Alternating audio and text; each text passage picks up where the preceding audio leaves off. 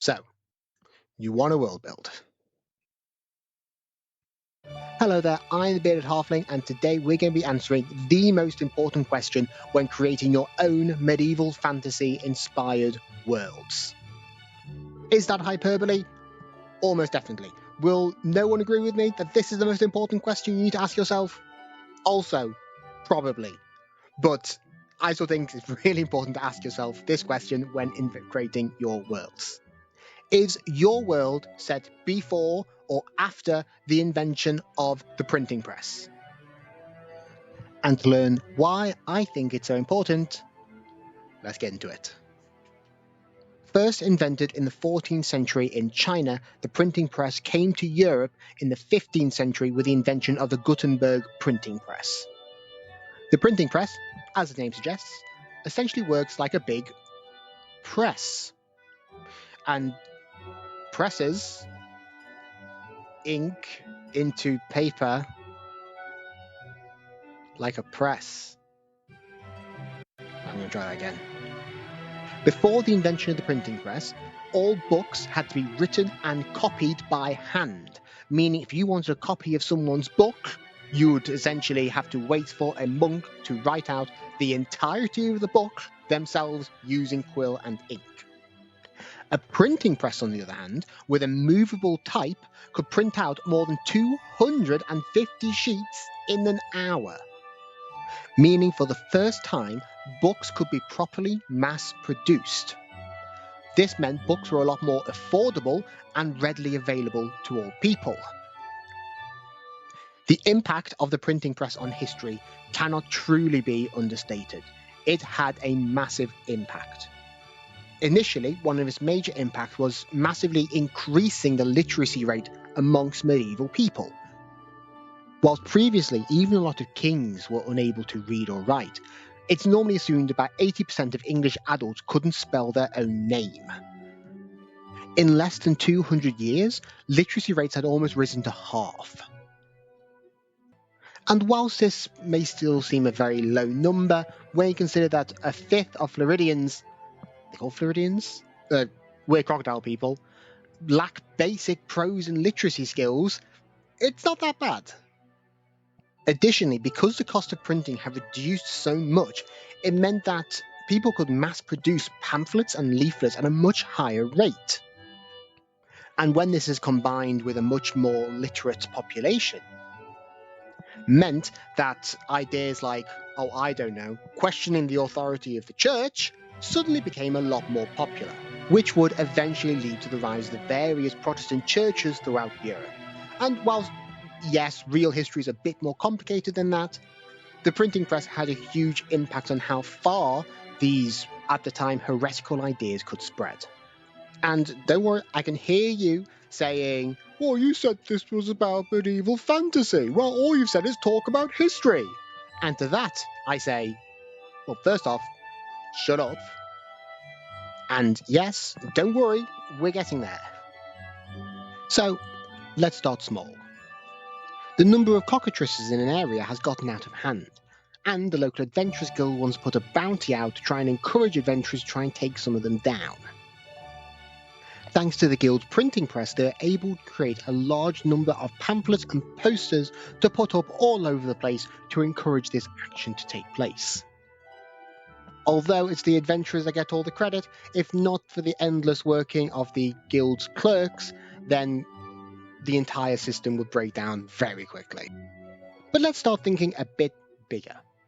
As with European history, when the printing press was invented, it allowed for the mass production of anti-establishment ideas to be spread and circulated very quickly. This could allow your local freedom-loving rebels to spread their ideas of democracy far and wide, encouraging more people to flock to their banners. A politician could create a scandalous rumour about a rival and spread it far and wide using the help of a printing press. Or perhaps even a dangerous cult has got their hands on a printing press along with the experts to use it. With this, they can spread their dark, heretical ideas far and wide. And what began as but a small nuisance in the side of the crown has suddenly become a full-fledged cultish rebellion, with dark forces and demons on the loose threatening to overthrow the entirety of the kingdom. Perhaps even a group of adventurers are hired by the king to find this printing press and destroy it to stop this production of pamphlets. Whilst not as glorious as taking down a demon, it is just as important. And these types of things can really make a world feel alive. But just remember, the printing press is just a piece of metal. Whether it is good or bad depends on your narrative and the story you are trying to tell.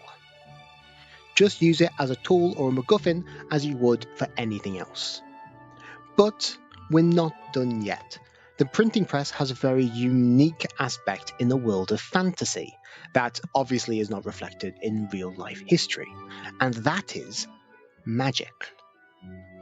In D&D 5e, the cost of even transcribing a first level spell down into a spell book is 50 gold pieces, which might not seem a lot to an adventurer, but when your average soldier is on 30 gold pieces a month, it's an absolute fortune.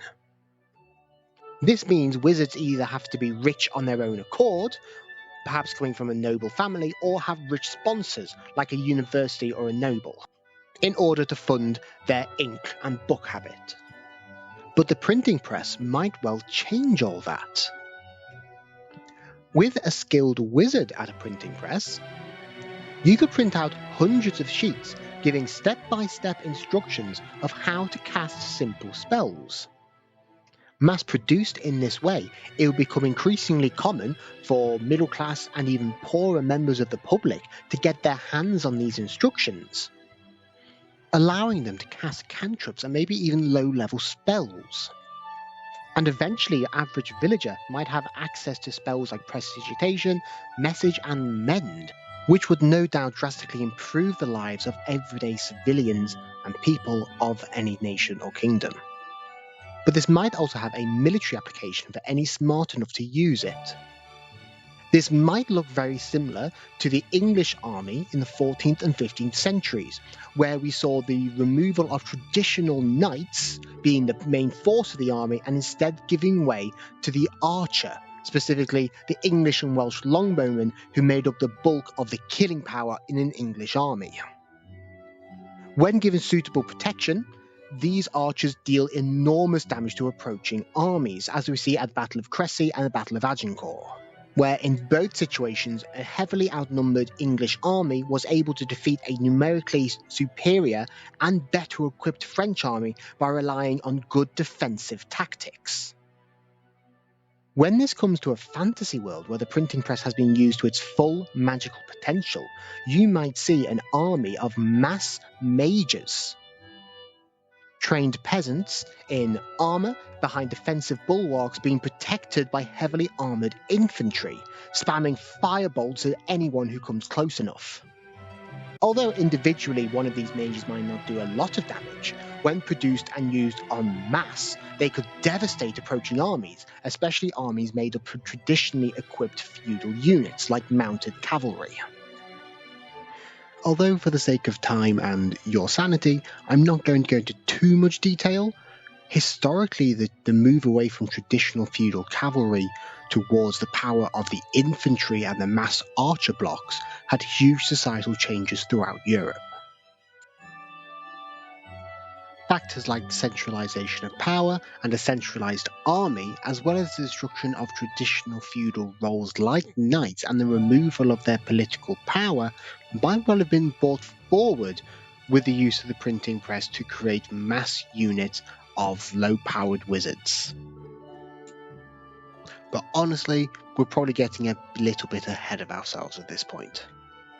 The main takeaways I hope you have from this video is that history can provide absolutely amazing inspiration for your fantasy world, especially if you use a little bit of creativity when looking at historical sources and thinking, well, how might this be different in a fantasy setting? But I want to know, is the printing press and its invention and its applications in fantasy something you've considered before when creating your own fantasy worlds? And if not, is this something you might consider in the future? or with many things do I take this a bit too far? But yeah, as always, I'm Bearded Halfling, and thank you for listening. So, you want a world build? So, you want a world build? Hey, I'm walking here. Hey, it's me, Captain America. Can you not tell by my American accent? Hey, so you wanna do some world building, do ya? You wanna world build? You wanna wanna do I think I'm just gonna do it in an English accent.